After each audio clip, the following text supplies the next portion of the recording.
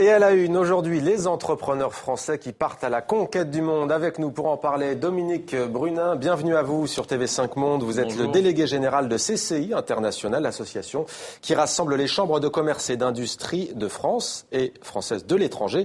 Alors, un chiffre, 158 implantations dans 81 pays pour 32 000 entreprises françaises donc, et étrangères adhérentes. Absolument. Vous publiez un baromètre sur les PME françaises et internationales. C'est réalisé en partenariat avec Opinionway et TV5 Monde. Alors, plus de 500 dirigeants d'entreprises ont été sollicités lors de ce baromètre. Quel est le tableau factuel de ces PME dans le monde ?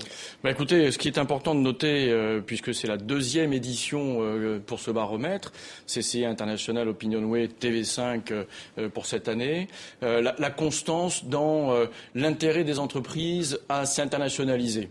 On s'aperçoit très clairement que les entreprises françaises aujourd'hui ont bien compris qu'elles vont devoir aller chercher leur chiffre d'affaires, leurs nouveaux clients, leur croissance sur les marchés extérieurs, à l'étranger, puisque le marché domestique, le marché national français est plutôt, lui, soit en situation de stagnation ou en situation de régression. Dans quelle zone, plutôt ? Alors, là aussi, une très grande constance.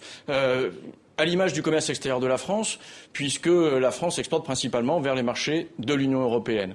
Et donc, dans ce baromètre 2014, on voit très clairement se dessiner un premier bloc de pays au sein de l'Union européenne et l'Europe de l'Ouest, les États-Unis, et c'est pas surprenant dans la mesure où la croissance aux États-Unis reprend de façon très très vigoureuse, et puis les BRIC, et là la Chine tient le haut du pavé, si je peux me permettre cette image, suivi en particulier de la Russie.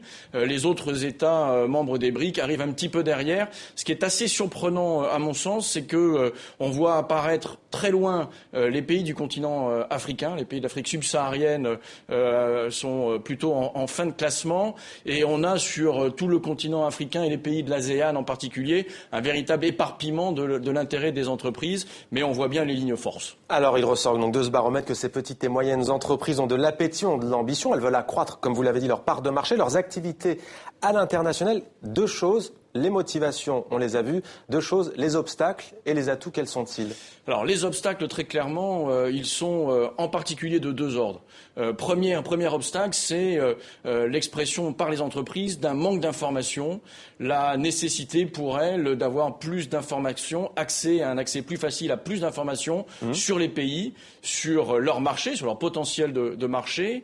Et puis, un deuxième obstacle qui est celui de l'ensemble des formalités pour s'implanter à l'étranger ou pour exporter tout simplement. Formalités aussi bien en France que dans les pays qu'elles peuvent cibler. Et puis, on rajoutera un troisième obstacle, une troisième difficulté, c'est le financement de ces activités d'exportation ou d'internationalisation. Ce qui fait que très rapidement, dans le baromètre, on voit là aussi se dégager ces trois principaux blocs de difficultés et d'obstacles auxquels nous essayons bien entendu de répondre. Les atouts, il y a une French touch, une touche française ? Alors, les atouts, et nous l'avons particulièrement mesuré cette année, tout ce qui tourne autour de la marque France finalement, la notoriété des produits français, la notoriété des savoir-faire français, l'attractivité de la France au sens large est très largement un atout pour ces entreprises. Et puis dans ces atouts, il y a bien entendu la qualité intrinsèque des produits de ces entreprises, les innovations ou l'innovation au sens large que ces entreprises mettent en œuvre, qu'elles soient industrie, biens de consommation ou même services.